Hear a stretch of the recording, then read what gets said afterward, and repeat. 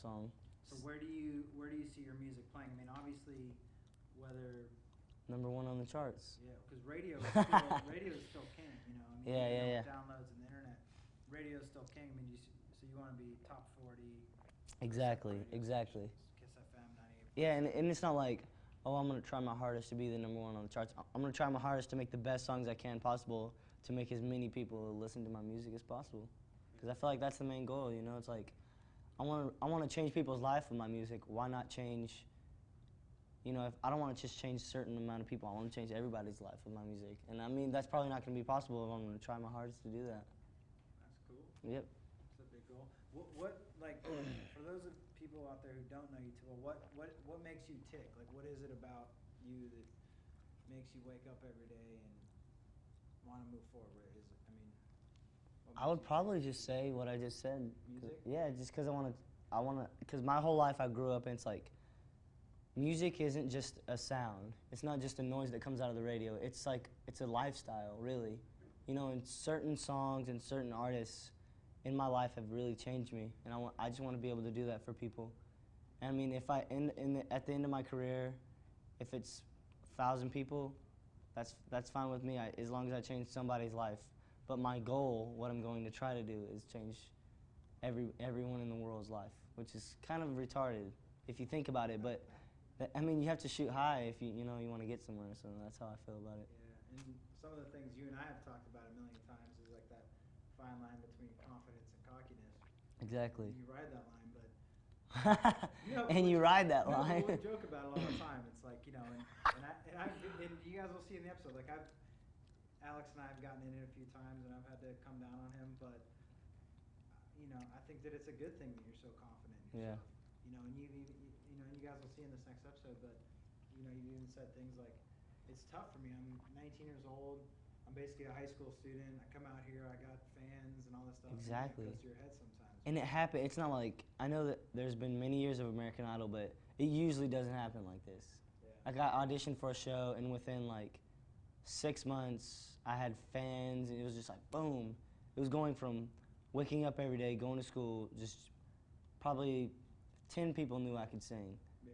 You know, and then all of a sudden going on American Idol, millions of people watching me sing all of a sudden. It's just like, and now I'm like in the music business, I'm like right in the mix with it, so it's like, it really isn't easy at all. Like, so people. You went from normal, small town Texas. Exactly. To meager beginnings, high school student, to being involved in this. Exactly. It's crazy. I mean, look where you're sitting right now. I know, right?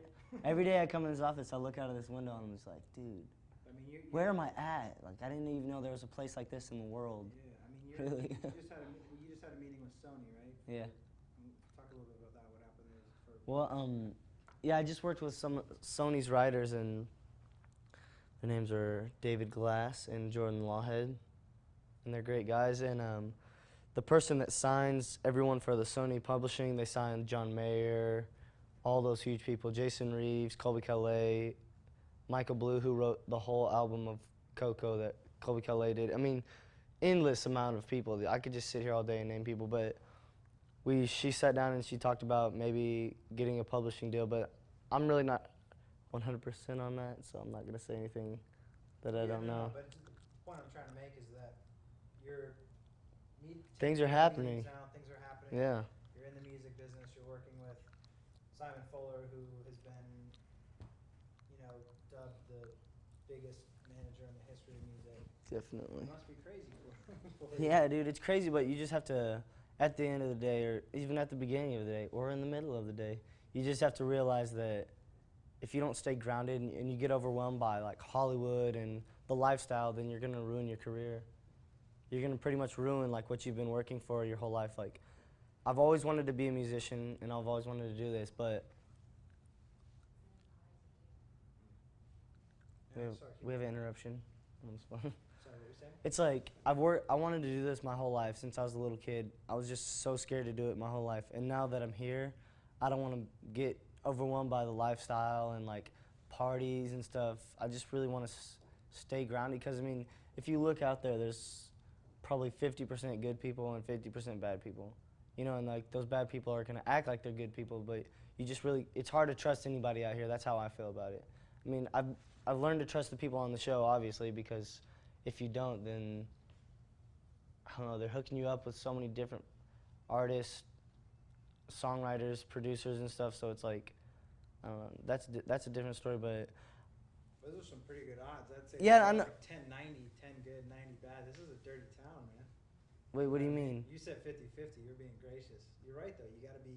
You said 90 bad, 10. Yeah, Yeah, it probably is. I just wanted to like sugarcoat it, you know. I'm just kidding. But it's like people. I didn't know LA was gonna be like this. Yeah. You know, I came out here. People are just like, if I wanted to, I could go to a party every night, but I don't want to because I want to focus on my music, and I don't know. What speaking of your upbringing in your childhood, talk to me a little bit about that and about I don't know if everybody knows that your grandfather was a musician. Yeah. And just talk about sort of where you come from, you know, pivotal moments in your life, the type of lifestyle you grew up with, how it's defined you, all that stuff. Well, I wouldn't say that I was like raised like in the hood or anything or the ghetto, but like I didn't like really have anybody to raise me. Like, because my mom would drop us off at school ever since I was probably 10 years old.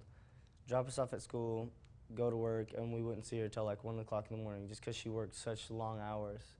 And she worked like in the worst hours you possibly could, because she would drop us off, and then right before we got off of school, she would go to work. So it was like she went to work at like 2:30 and then didn't get back till like the morning. So like my whole life I was like, pretty much me and my brothers just raised ourselves.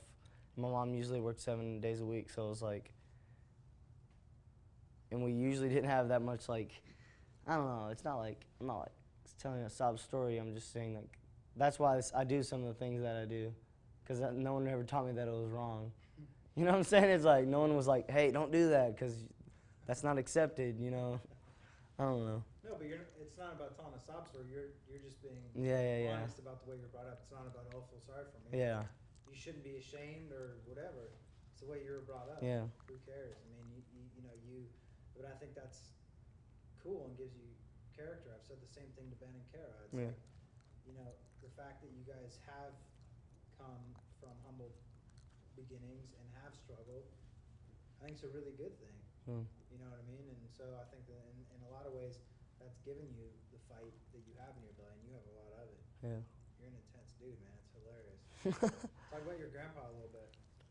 Well, I grew up with my grandfather having a studio in his backyard, and no, you're good.